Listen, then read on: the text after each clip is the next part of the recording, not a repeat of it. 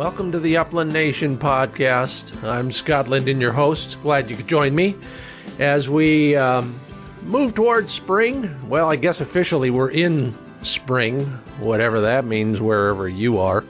Here it means a little bit more time, daylight, to do a little training, and if nothing else, run, flick a little bit more. How about yourself?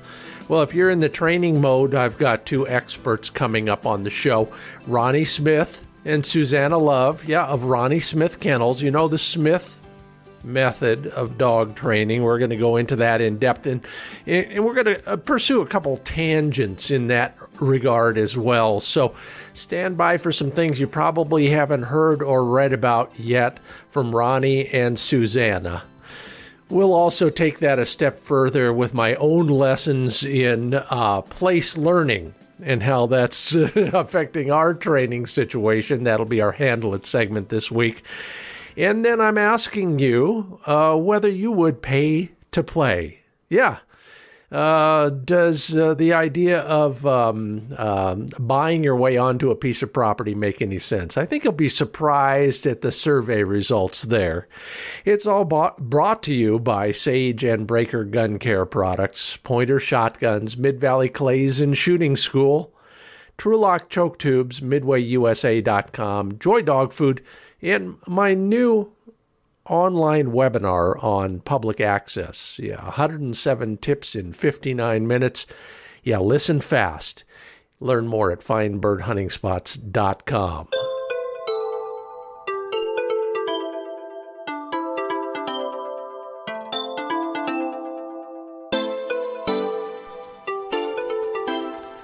So always interested in these sort of things. It seems like the debate on this topic has kind of abated for a while, and so I thought it'd be interesting to bring it up based on your current experience and maybe how things have changed in the last few years, whether it's because of the pandemic or your experience on public ground. So on the Upland Nation Insights newsletter, which you can sign up for at findbirdhuntingspots.com, by the way, on the newsletter, I asked you recently, would you pay $50 to a farmer for a high-quality day hunt in good pheasant country? And you know what I mean. There are lots of folks who, number one, if you do knock on the door, maybe they'll give you access. Whether it's good or not is another question. But there are always lists at local area chambers of commerce, for example, that have farmers on it that are willing to sell you a day for a trespass fee.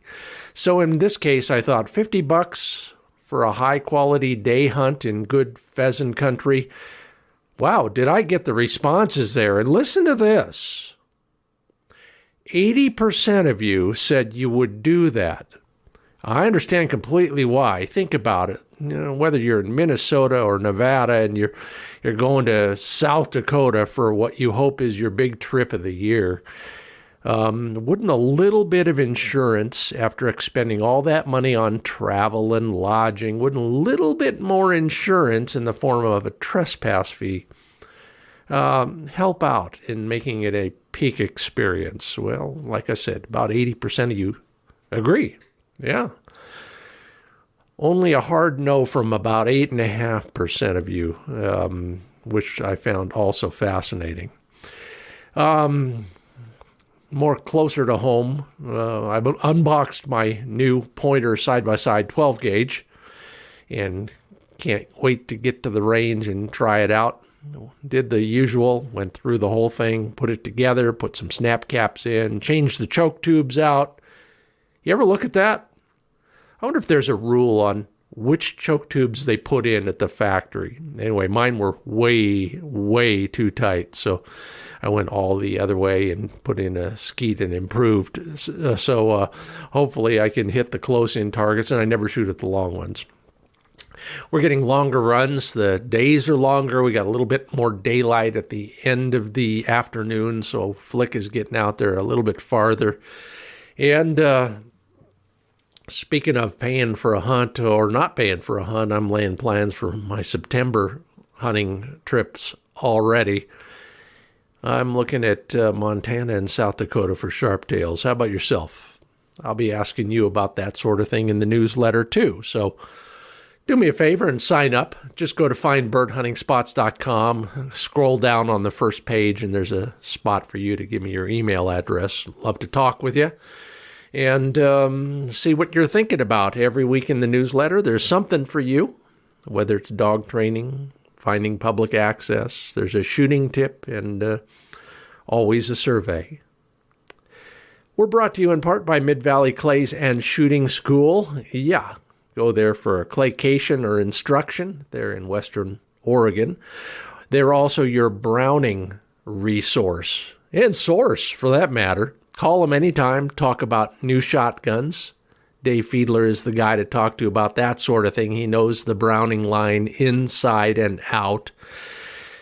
They have everything and would love to talk with you about their Browning inventory, from historic product lines like the Satori to the new CX that crosses over from field to range. It's all at midvalleyclays.com, midvalleyclays.com.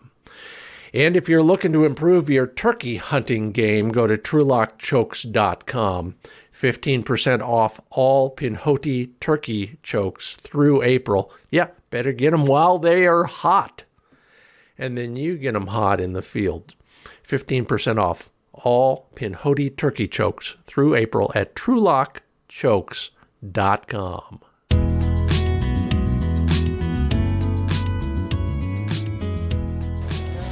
Welcome to the floor of the National Pheasant Fest and Quail Classic. We're in Minneapolis talking with all the important people who are here and nowhere else, at least not often enough.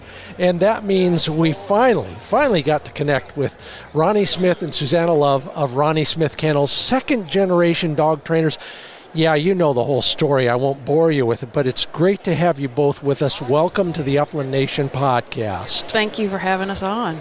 I'm glad we could talk. We're going to talk about a few things. Actually, the one that we were going to talk about, I'm going to switch gears a little bit because this is one I think is really important, and I'm trying to do more of it myself. So, Ronnie, if you were to help us get our dogs in the learning mode, I know you use the word calming a lot, and that whole idea of simmering a dog down. Why is that so important? Right. Well, what it does is it teaches the dog to have composure, and it allows the dog to have better bounce back or refill to different situations. It teaches them how to mitigate stress, and that's very important. And we also use positive stress because positive stress makes you stronger, makes you adapt or transition quicker and better to different situations. So having all of that in place before you start your formal training certainly makes the training go better in anything that you need to introduce along the way.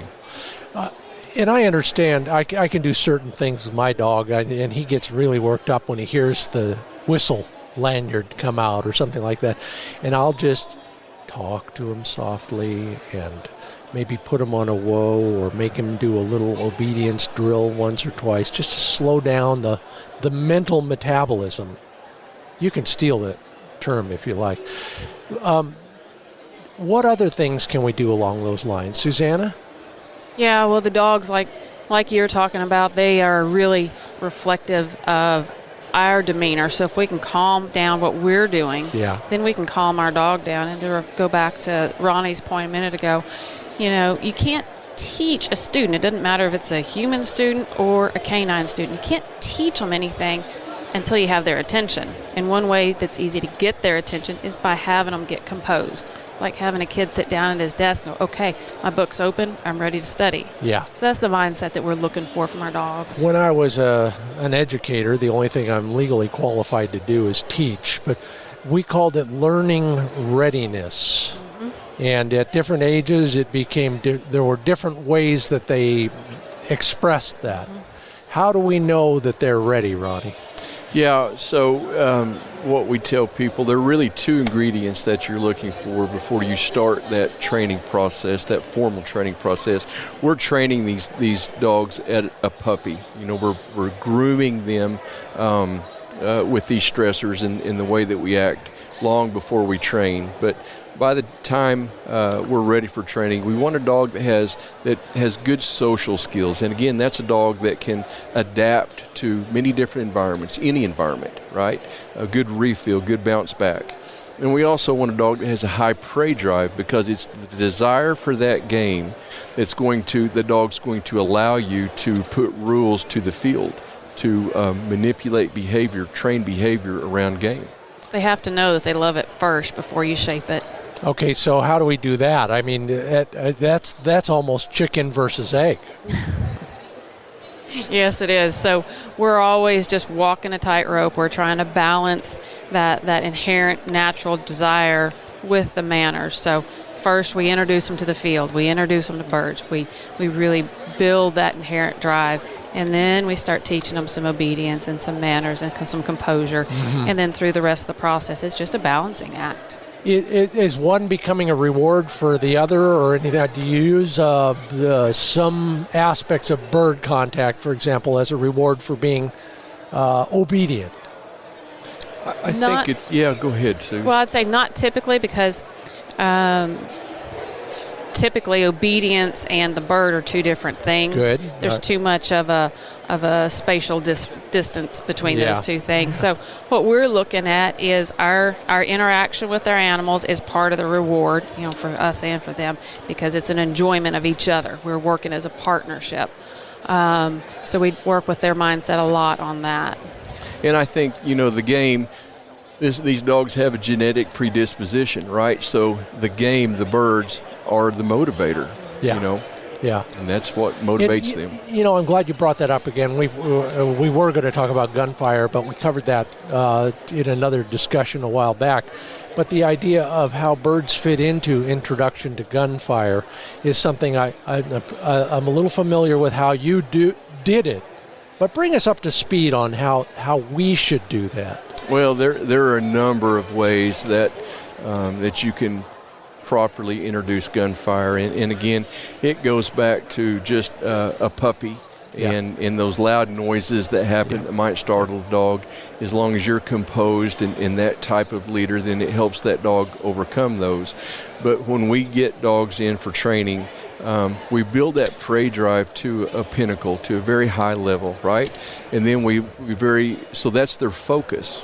Okay, and then we just very gradually start to introduce gunfire as they're chasing, because they're focused in intent on chasing this bird, so that you can very safely introduce gunfire. And once we start shooting, we don't quit shooting. We continue. And we treat all of our dogs as if they're gun shy. Wow. We don't ever want to make assumptions that they're okay with that noise. We treat them all as if they're gun shy, so we can keep moving forward. From day one. From day one. So you're just doing what I would do. I'd wear a belt plus suspenders if I could. But people think I'm crazy when I do that. But the idea is be cautious, be proactive in that world, and all of a sudden a lot of those things probably just never erupt, do they? And if we find ourselves in a situation where maybe we fire a gun and that dog turns and references it, we've always got a pigeon in a bag. And as soon as they reference that noise, we flush another bird, so we can turn a possibly negative connotation into a positive one. I heard the gun, oh, there's another bird. Yeah. And I'm not going to belabor the point, but we all know birds are a critical factor in every step of the way, aren't they? Indeed. Yeah.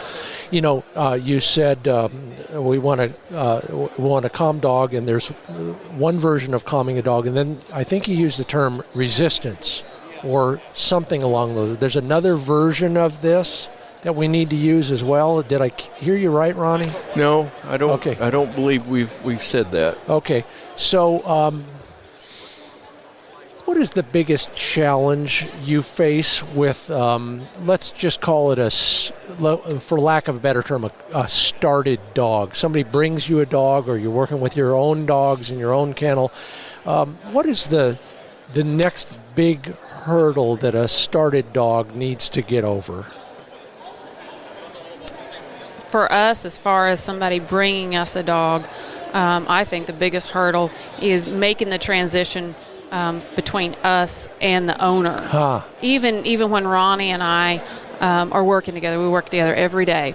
If say he takes over a dog for a couple of weeks and he's just working that dog by himself, and even though I'm watching that dog, I'm not handling that dog. Yeah. If I run that dog after those 2 weeks, it's not quite the same because the dog is having to make the transition between the two of us, even though we are working side by side every day using the exact same format. We're very well versed in it. It's different for the dog because everybody's timing is slightly different. Everybody's mannerism is slightly different. So for the dog, transitioning between people can be very challenging. So when we bring our owners in and make that transition to them, very often that dog kind of falls apart because they're trying to feel out their cues from their handler. I get that. We live it too. Because my wife is not involved in my dog training except when I'm at Pheasant Fest, and that's not enough. So my thought was, okay, let's train in parallel for a while. Maybe that's a dumb idea. You tell me, Ronnie. How do you transition a dog from you two, or one or the other of you, to the owner? At some point, you hand the guy the lead and you say, "Good luck." Hopefully, you've set the stage correctly. Right. So we tell our owners when they bring a dog that when you come back, when this dog has completed the training format, when you come back and the dog sees you, he's going to be the same dog that he is right now. Yeah. He will revert back to the same behavior immediately, right? Because you're the cue for that. Yeah, it's just the a relationship. It's a past relationship. And what makes it easier for us is that when a dog comes in, we have no relationship. So we establish a relationship, right? On the right foot. That's correct. On a clean slate. Yeah. Yep. So, transitioning that dog to the owner means that the owner has to reshape his behavior as well, because we're all creatures of habit, and a person acts a certain way and a dog reacts to that. So that all that relationship has to be restructured. So you have to retrain the new trainer, if you will. That's right. What setting do you put the e-collar on for that? Well, but are there things you can do? Like I said, I wasn't joking. I'm thinking for a while there, my wife should be shadowing me and vice versa. And when I say whoa, she should say it with me. And then the dog will get it. And then at some point she says it and I don't say it, but I'm right there.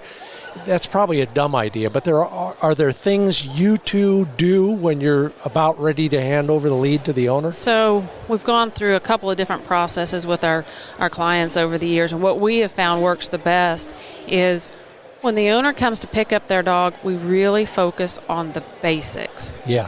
And for us, those basics are 3 simple things: go with you, come to you, and stand still.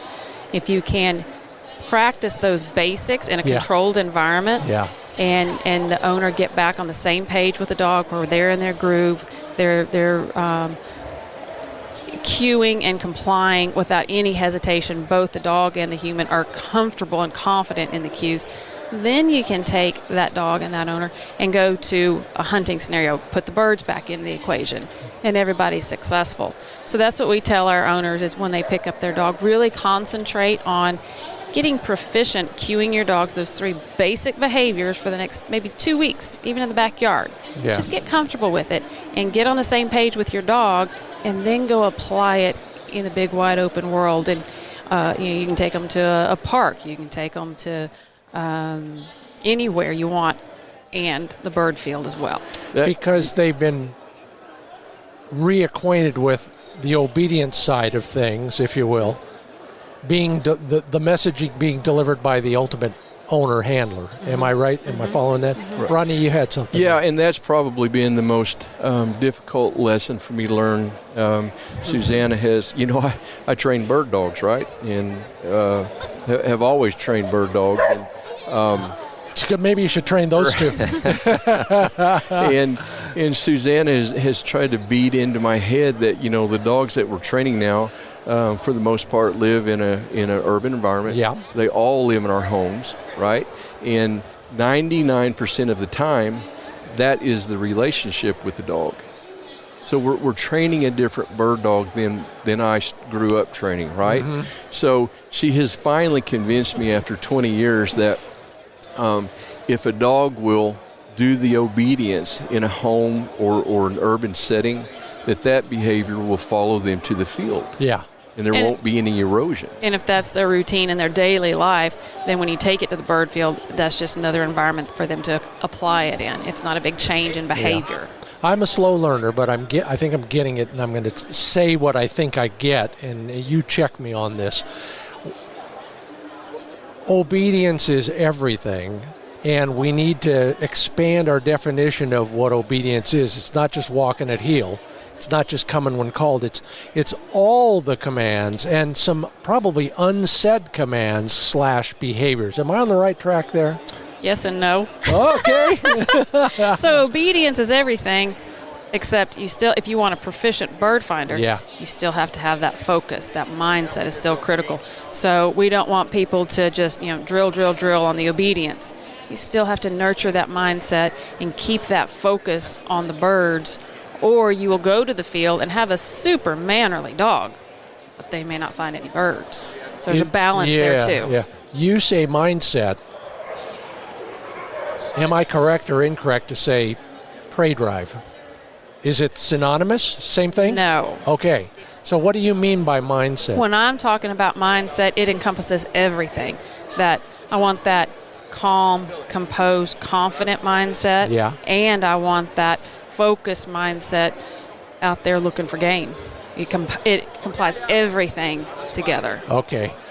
So it's not pure instinct as much as it is a kind of a discipline in the dog sense. In the zone. There you go.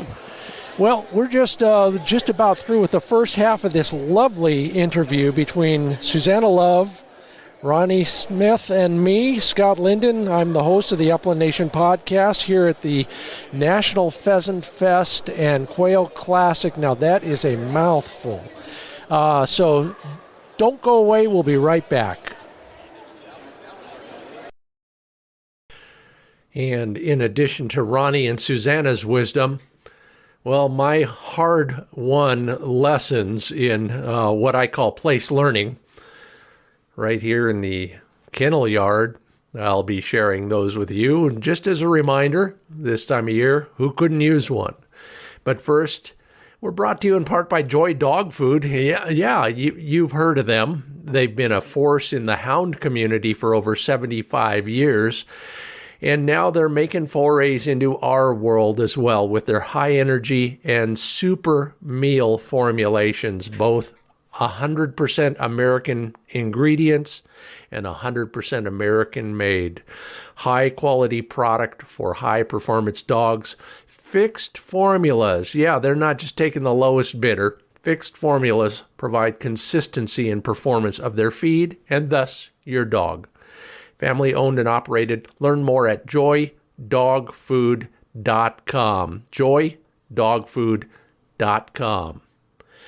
Wearing my new boots, one of the many great brand names you can find at midwayusa.com is the Crispy Boot line. Oh boy, I can't wait to try them in the Chucker Hills, but got to break them in a little bit first. midwayusa.com carries just about everything for shooting, hunting, and the outdoors, from, dummy launchers for your dog training to the boots I've got on my feet, from brush pants to hunting vests. It's all at midwayusa.com. And 20,000 of their products ship fast and free at midwayusa.com.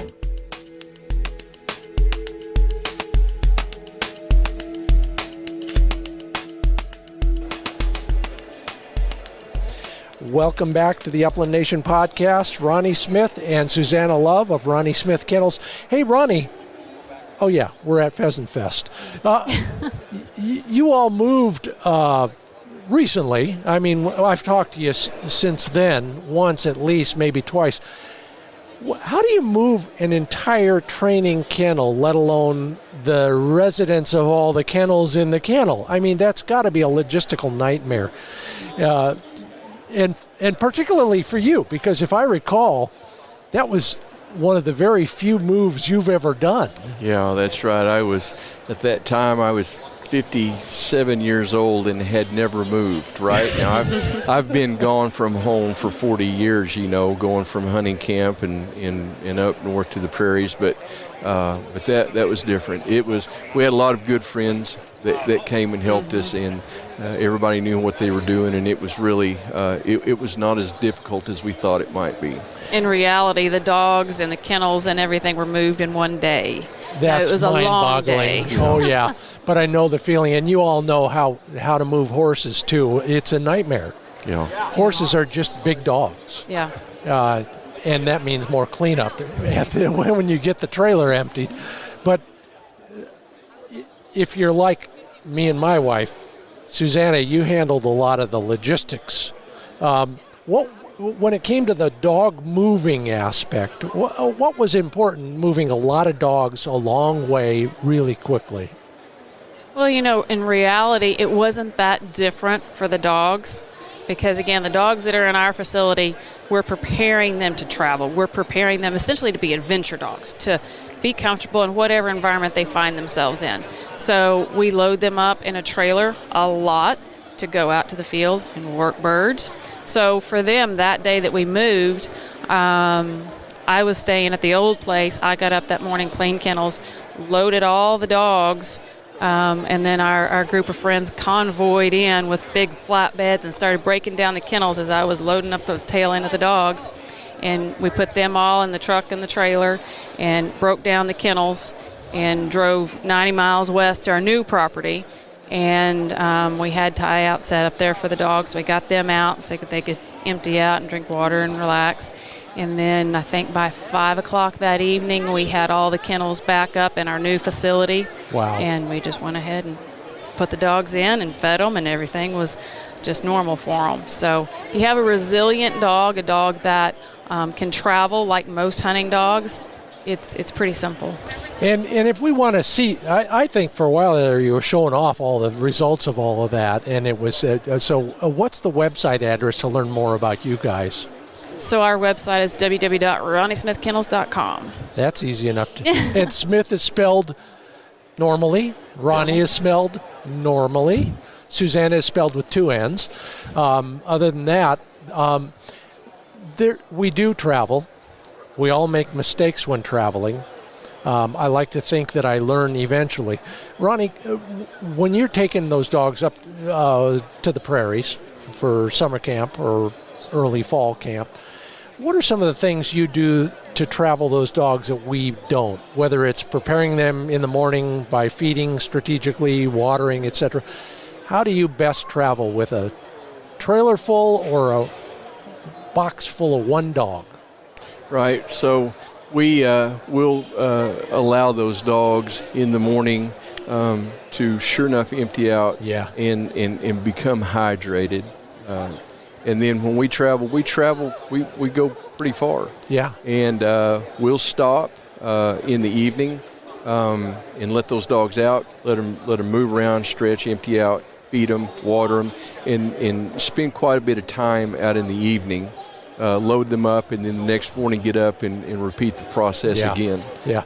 So they're in a trailer. When you're going way up there, it's a multi-day drive. So you really have to kind of acquaint them with long days in the box, right? And do you do that gradually? Of course you do. Yeah. Well, I think everything that we do helps equip them for that because, again, we're dealing with a calm dog. Yeah. When we go take them out to the field to train, we want them calm in the trailer.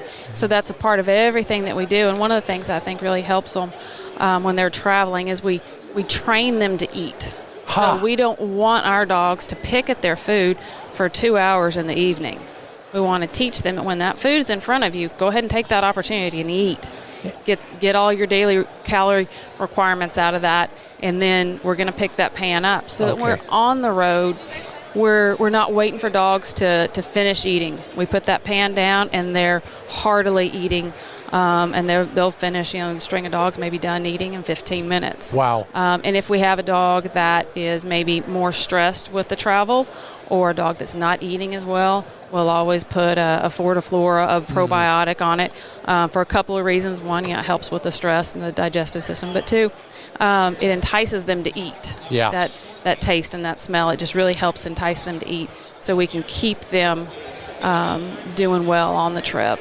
Yeah, let's talk about performance and what you do. Granted, we all rode our dogs one way or another.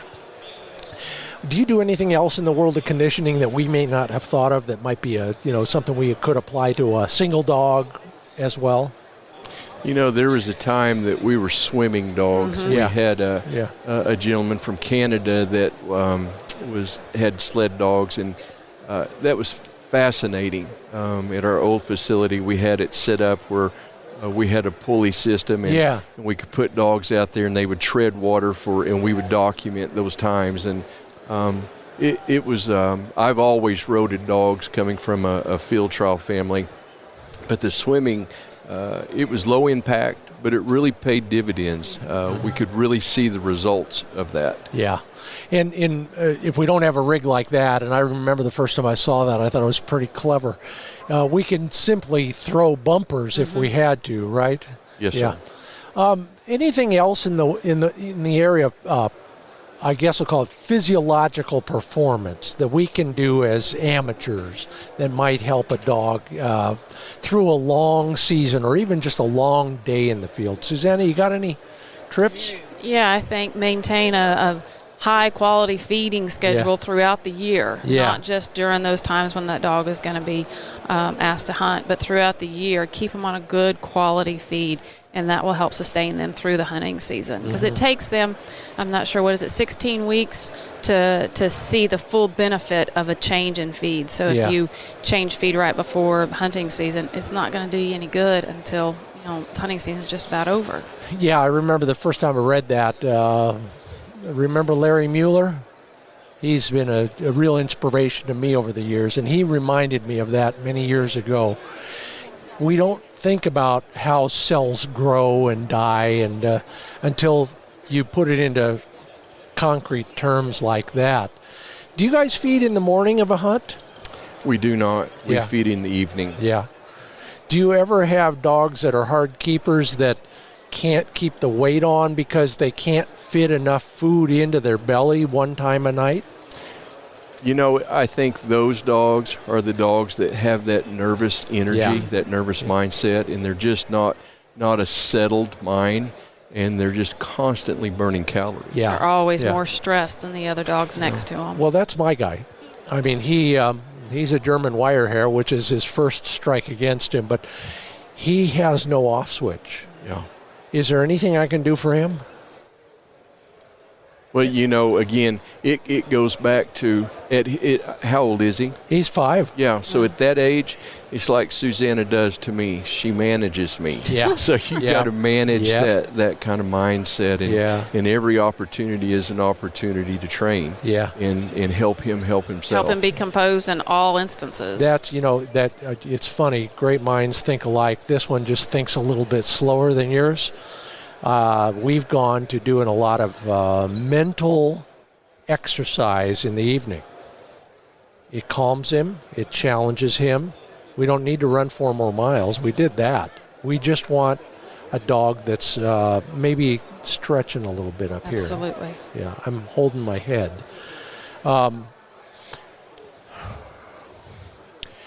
We... In the high desert where I live and where I hunt chukars, and there are all sorts of other places where we run into it, and you see it every day in the prairie when you're doing summer camps, and even anywhere else you're going on a long, warm day.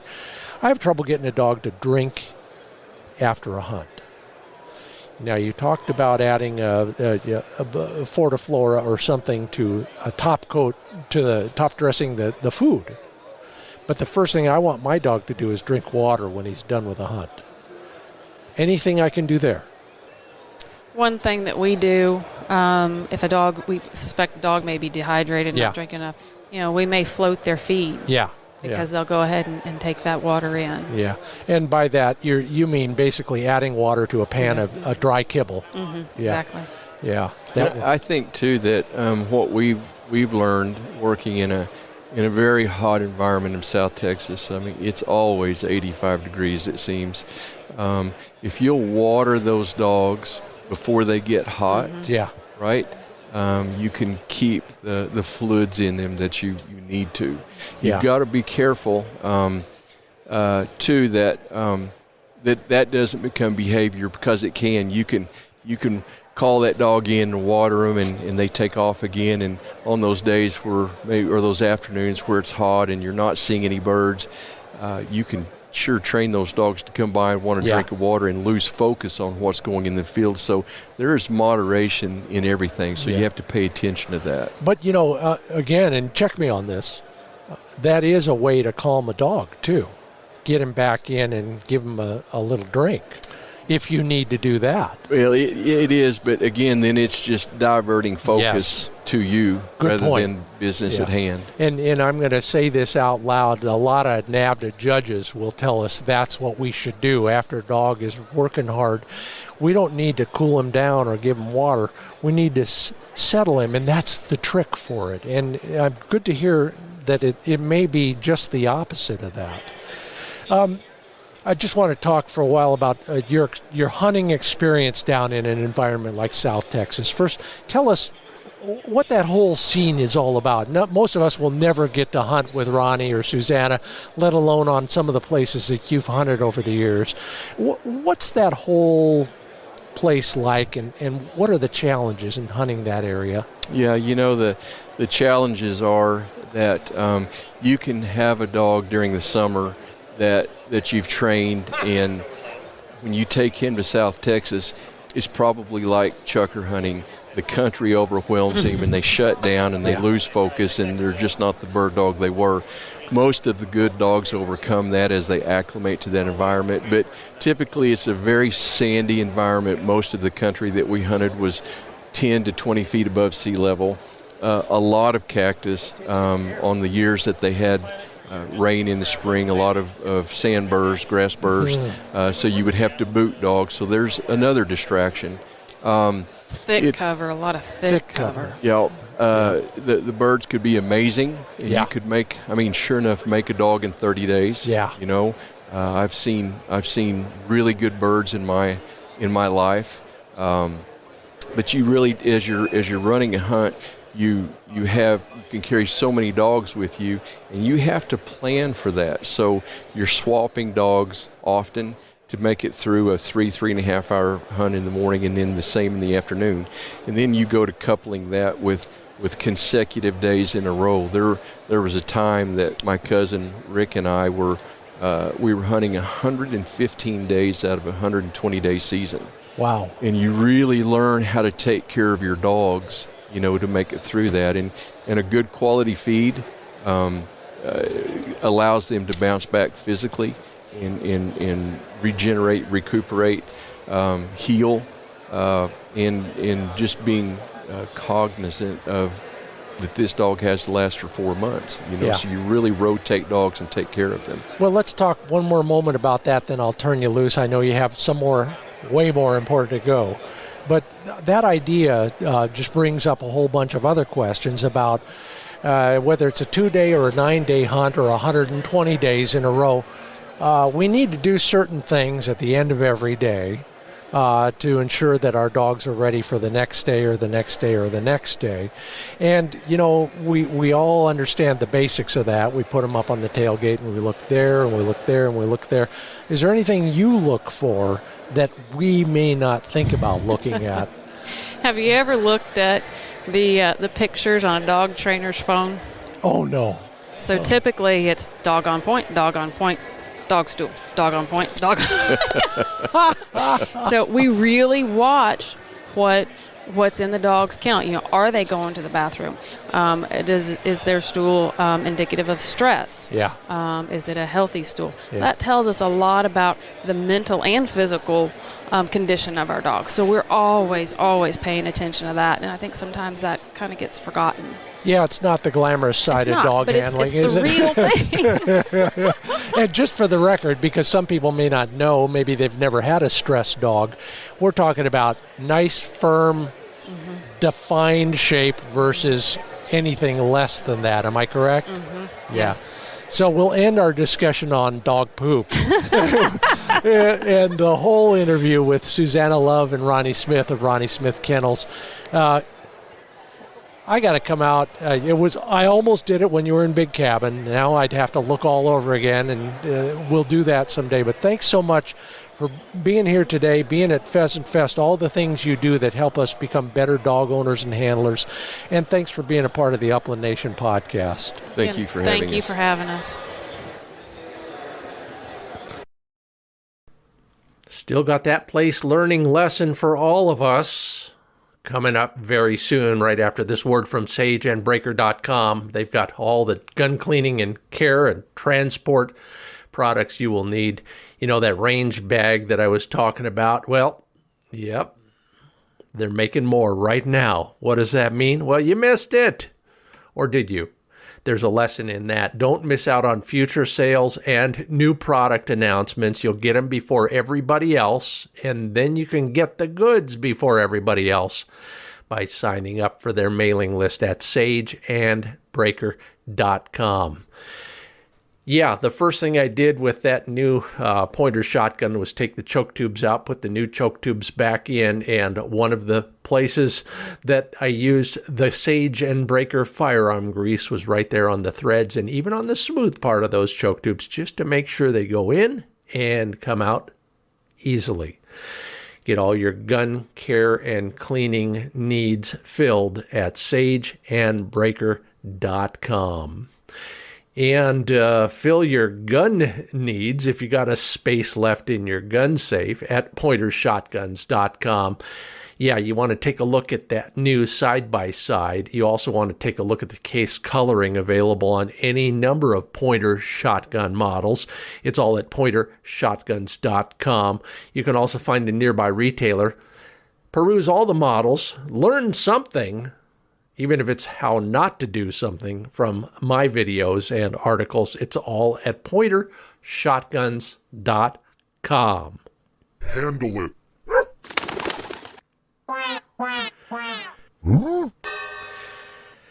Thank you, George Quinlan, for reminding me of the term way back in the day, place learning.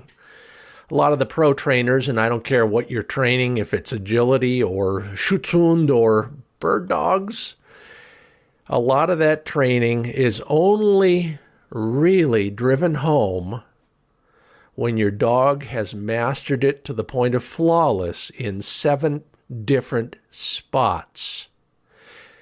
Yep. Why do I remind you and me of that again? Well, because we're working on steadiness on birds that are walking around. You know how hard that can be on a young pointing dog. Well, it's hard on a 5-year-old like Flick as well. So I go to the back 40 to work on that with him yesterday, and sure enough, that bird flies, but it doesn't fly very far, and that is just enough for Flick to break point and start chasing. Yeah. He didn't catch him, but that was, signal to me. We'd move from the front to the back, the first time we went to the back, he blew it. Went out, got another bird, did the same thing with a little bit more distance, and everything was fine. So we've got 2 spots, and yes, it's not flawless, it's not mastered, but at least we got another spot on the list to check off. So whatever you're training, steadiness, retrieving, walking at heel, do it in a whole bunch of locations, and your dog will probably be a little bit more, some people say, proofed. We're going farther from the training table every day. Maybe you are too. And with that, I'll say thanks to Ronnie Smith and Susanna Love. Boy, I just love being around you two. Thank you for taking time out of your Pheasant Fest to come talk with us. To all of you who comment at social platforms, sure love that. Appreciate it a lot. It makes the podcast a lot more fun and educational. We're made possible by Sage and Breaker Gun Care products, Pointer Shotguns, Mid-Valley Clays and Shooting School, TrulockChokes, Joy Dog Food, and if you want to talk anytime, I'm at the Facebook pages daily and at findbirdhidingspots.com. I'm Scott Linden. Thanks for listening to the Upland Nation Podcast.